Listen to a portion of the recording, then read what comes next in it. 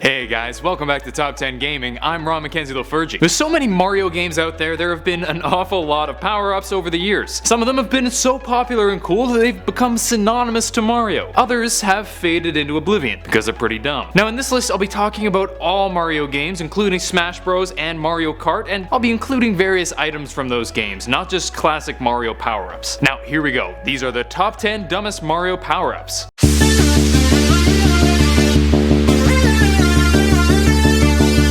Number 10. Lucky 7 from Mario Kart 7. This is a relatively rare item that is absurdly difficult to use properly. When activated, you get a banana, green shell, red shell, mushroom, star, blooper, and bomb all rotating around you. But when people hit them, they get those powers. So you can actually help other people by using this, giving them a star or a boost for nothing. This is one of the items that's straight up kind of bad, although I will admit that it's one of the most fun items ever. Number 9. The hammer in Super Smash Bros. 64. This probably sounds a bit weird, but don't get me wrong, I'm not saying the hammer is dumb because it's bad. I'm saying it's dumb because it's way too good. Countless Smash Bros. Sessions have ended with one player throwing their controller on the ground and going, ugh, I was going to beat you, and then you got the frickin' hammer. This game is so stupid. It's just such an unfun mechanic to have an item that gives one player such an advantage and basically forces the other player or players to just run and try to trap them in a place they can't jump out of. Number 8. The 3 green shells from Mario Kart 64. The 3 green shells may just be the worst item in the game in terms of projectiles. They're basically just a semi-functional force field around you because anytime you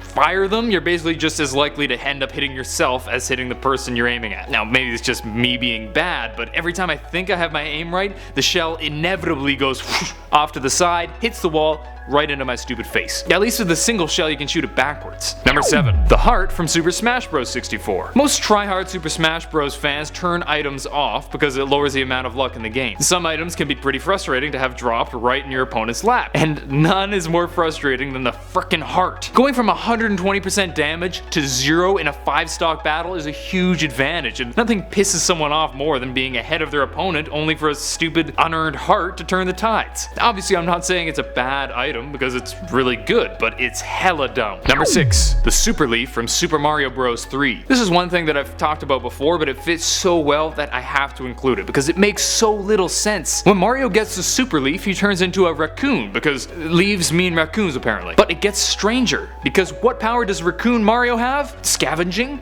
Climbing? Scaring the crap out of me when it chases me around the backyard? True story, but no. Raccoon Mario gains the ability to fly. I'm not sure about you, but I've never seen a raccoon fly. Recently they've been using Flying Squirrel Mario, which makes so much more sense, but the raccoon thing is just so dumb. And if you're thinking to yourself, Ron, you idiot, it's because he's supposed to be a tanuki. Well, guess what? Tanuki are mystical, yes, and can shapeshift, but they don't fly. Number 5. The POW Box from Mario Kart Wii. This one may not have been as frustrating for you guys, but it was the bane of my existence. When activated, it has a delayed attack on all players ahead of you that causes them to spin out and lose their item. Now, supposedly, you can avoid its effects by shaking the wheel or being in the air at the time when it hits. But I've played a decent amount of Mario Kart Wii, and I don't think I've ever actually avoided the POW block. Again, this may just be because I'm a noob, but it just bugged the crap out of me to be punished so hard without much of a chance to avoid it. Number 4. The Wacky Watch in Mario Party 3. The Wacky Watch advances the game to the last 5 turns after the current turn's finished. Just think about that for a sec. You sit down for a game of Mario Party with your friends, set it to 30 turns,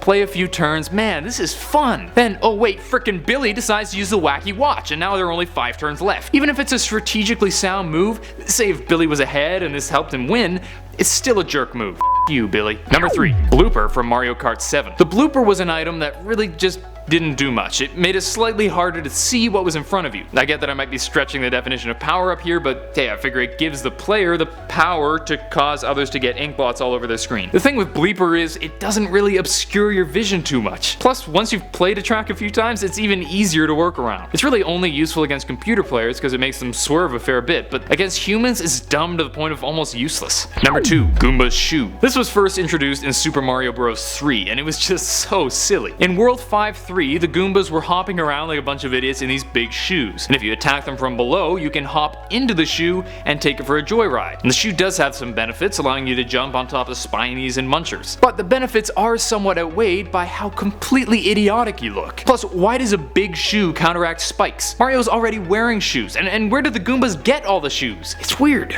Number 1. The fan from Super Smash Bros. Brawl. Yep, this is one of the most frustrating things ever. If you played Brawl with items on, chances are one of your friends was a jerk and decided to pin you in a corner and just hit you with the fan forever. Sadly, the only real way to get out of this is to hit your opponent in real life, which makes it a pretty overpowered item. Most people just end up turning it off because if someone decides to be a jerk, they can just keep using it to get you to 200 damage and then just smack you off the edge. It's the worst. That's it for today. Hope you guys enjoyed, and if you did, please smack that thumbs up button and subscribe to Top 10 Gaming for more videos. Let me know in the comments which of these you think is the dumbest, or tell me about ones I missed. Until next time, I'm Ron McKenzie LaFergie with Top 10 Gaming. Later, gamers.